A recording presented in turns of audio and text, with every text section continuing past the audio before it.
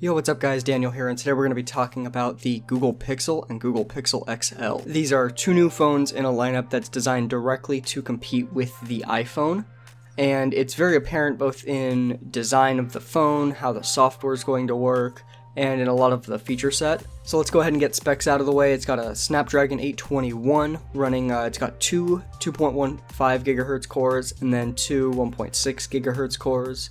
4 gigs of LPDDR4 RAM, 32 or 128 gigabytes of UFS 2 storage, Gorilla Glass 4, things like Bluetooth 4.2, NFC, AC Wi-Fi, all that stuff you'd expect, and then 18 watts charging capability, which means it's capable of supposedly up to 7 hours of usage and only 15 minutes of charge time, which is absolutely fantastic if that holds up. And then the Pixel itself has a 5-inch 1080p display and a 2770 mAh battery, and the Pixel XL has a 5.5-inch Quad HD display and a 3450 mAh battery. And then as far as the camera goes, we've got a front camera with an 8 megapixel f2.4 aperture lens, and then the rear camera is where things get really interesting.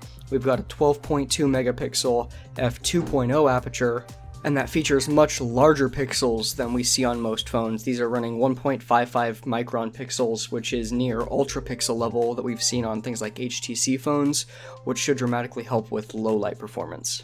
Now that all being said, not everything about the camera comes off as good. This does not feature optical image stabilization, which can be a major downside. Now that all being said, Google is really trying to step up their game when it comes to image processing and use software and on-device sensors to get better stabilization, but that's something that only time will really tell how it works in real life. One of the biggest things that Google was talking about at this event was the DxOMark rating. DxOMark is an independent company that rates cell phone cameras, regular cameras, lenses, and things like that, and they gave this an 89, which is the highest ever on a smartphone, beating out the iPhone 7, beating out the Galaxy S7 and whatnot. So that does sound very promising, but in reality what that means is that from a technical standpoint this is one of the best smartphone cameras, but we have no idea what it means from an end user standpoint.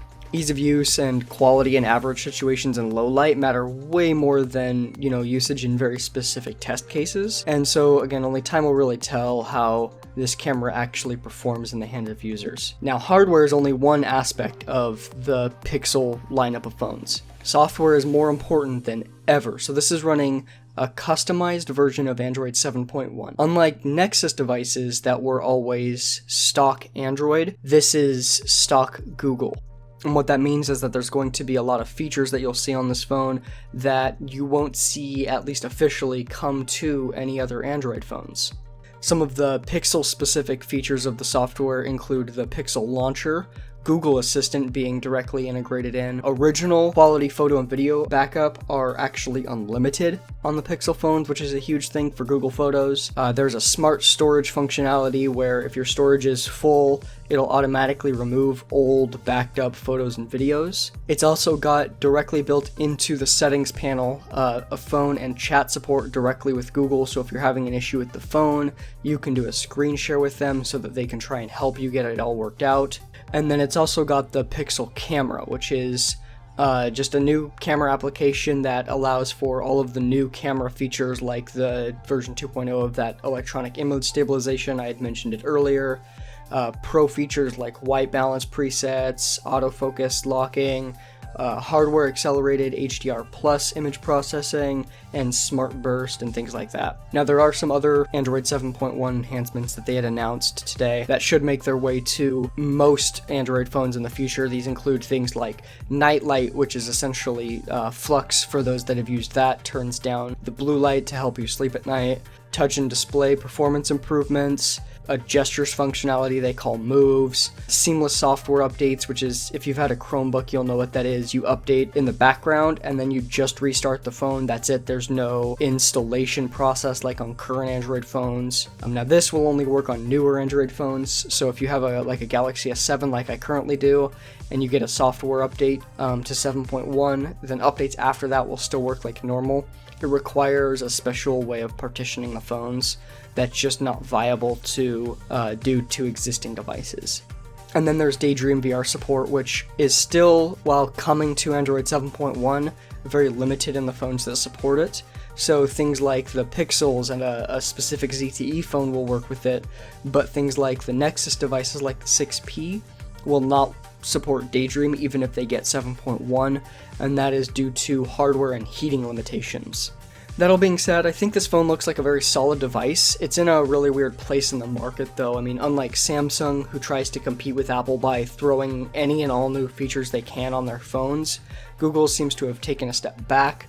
They're focusing on, consistency, performance, camera, and just overall quality, the things that most people actively look for when purchasing a phone, rather than new features that might, interest someone and get them to look at it, but not necessarily the core set of features that people look at. Although even with all of that, this phone is certainly lacking. One of the biggest flaws in my opinion is the mere IP53 rating, which puts it far below the iPhone and the Galaxy series when it comes to water resistance. I mean, for those that don't know, the 5 is pertaining to dust resistance, the 3 is water. And so, most phones have like a 7, which means a meter for up to half an hour. This phone can maybe get splashes on it without it getting damaged. We'll have to see how it actually performs, but IP53 is a bad rating. And then there's the design, which feels very like HTC and iPhone to me, which isn't surprising because this phone is not actually manufactured by Google, it's manufactured by HTC, and they've taken design elements from previous HTC phones, so it all just kind of makes sense as to why it looks like an HTC phone. Then there's the price of the phone. This thing is truly an iPhone competitor. You have the Pixel starting at $650, just like the iPhone 7, and the Pixel XL starting at $769, just like the iPhone 7 Plus. So with that being said, I'd love to know what you guys think. If you want to leave a comment down below and let me know what you think, if that price is justified or not.